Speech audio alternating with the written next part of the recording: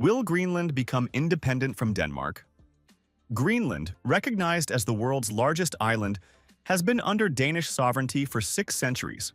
Though its population of 57,000 currently manages its internal governance, the island's relationship with Denmark has recently experienced tension due to accusations regarding the mistreatment of Greenlandic people.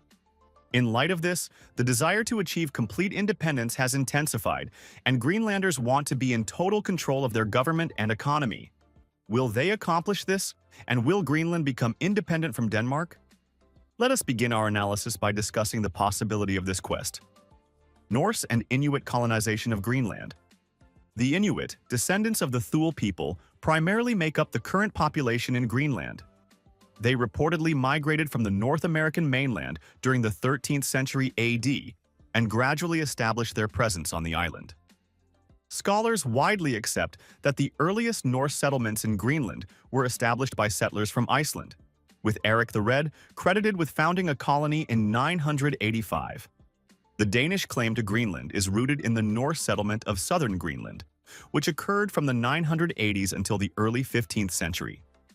These Norse settlements disappeared during the 14th and early 15th centuries, leaving the Inuit as the island's sole inhabitants. Since then, no less than 6 Inuit cultures have immigrated in several waves. The Inuit expanded their territory to the southern and western coasts and maintained de facto independence for over 200 years until the arrival of European people. Following this, Greenland came under the leadership of Denmark and ruled the island for several years, as will be discussed in a moment. Denmark's sovereignty over Greenland. In 1721, Europeans re-established contact with Greenland when Hans Egede, a Dano-Norwegian missionary, embarked on a mission followed by the Moravian missions. These efforts led to the establishment of lasting settlements, and after unsuccessful attempts to locate the Norse populations, they focused on the Christianization of the Inuit. Norway and Denmark were unified under the Denmark-Norway leadership during this period and laid claim to Greenland. On January 14, 1814, this arrangement ended when Norway was ceded from Denmark due to the repercussions of the Napoleonic Wars in Europe. Following the Treaty of Kiel, Denmark quickly regained full sovereignty over Greenland. From 1814 until 1953, Greenland was classified as a territory lacking independence and not been considered a part of Denmark, but rather the Danish authorities directly governed it. As Greenland continued to endure Denmark's leadership and wondered if they would ever become independent from the Danish government, respite came their way temporarily, and their wish was granted. How did they achieve this? Greenland's short-lived independence. The Second World War brought Denmark under the control of Nazi Germany, and from 1940 to 1945, Denmark was occupied by the German state. Consequently, on April 9, 1941, the United States government agreed with Henrik Kaufmann, the Danish ambassador to the United States, to transfer the defense and administration of Greenland to the United States. The Danish government considered this action treason and declared the agreement null and void. Subsequently, the Danish government recalled Kaufmann from his post in the United States as punishment for his betrayal. Undeterred, American military personnel arrived in Greenland on July 7, 1941. During this period, Greenland operated with a degree of independence, permitting the United States to establish military bases on its land despite Denmark's pre-war stance of neutrality. Following the war's conclusion, Denmark regained control over Greenland, and the struggle for independence began. Did Greenland achieve its independence objective? Stay with us as we continue to reveal more intriguing details. Greenland's moves toward independence. In 1953, something significant happened that changed the trajectory of Greenland's existence. A new Danish constitution integrated Greenland into the Kingdom of Denmark, granting the island representation in the Danish parliament and designating it as a Danish province known as the County of Greenland. Having had enough of Danish control, in 1972, the Greenland Provincial Council requested Knud Hertling, a Greenlandic Danish politician, to explore the potential for enhanced local governance. Hertling formed a committee composed of Greenlandic members, and by 1975, the committee advocated for a prompt transition to home rule. In response, Hertling established a commission on home rule in Greenland. consisting of 14 members representing both Greenlandic and Danish interests equally. The commission completed its work and submitted a final report in June 1978, which included recommendations for a Home Rule Act.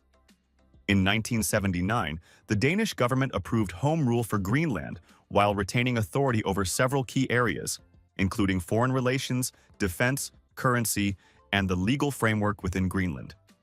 Not satisfied with the autonomy, Greenland continued to advocate for a higher degree of self-governance. How far did they go to achieve this? Greenland's quest for a higher degree of autonomy. Due to Greenland's limited representation in the Danish Folketing, despite over 70% of Greenlanders opposing entry into the European Common Market, EEC, the territory joined in 1973 as part of Denmark. Concerns among Greenlanders regarding the customs union's potential to enable foreign companies to exploit and overfish their waters were soon confirmed. Following the establishment of Home Rule, a slim majority, 53%, of Greenland's population voted on February 23, 1982, to withdraw from the EEC. This process concluded in 1985 with the signing of the Greenland Treaty. The clamor for self-governance intensified, and in 2008, the citizens of Greenland voted overwhelmingly in favor of a self-governance referendum, with 75% supporting an increase in autonomy. After this decision, Greenland assumed control over its law enforcement, coast guard, and legal system. On June 21, 2009, the official language was changed from Danish to Greenlandic, a date now commemorated as Greenland National Day. The legislation also transferred authority over foreign relations related to trade and other responsibilities to Greenland itself. Despite attaining a degree of autonomy, the question whether Greenland will become fully independent from the Danish government is of great concern. Let's see what the self-rule law and the people say about this. Self-rule law and Greenlanders' opinion.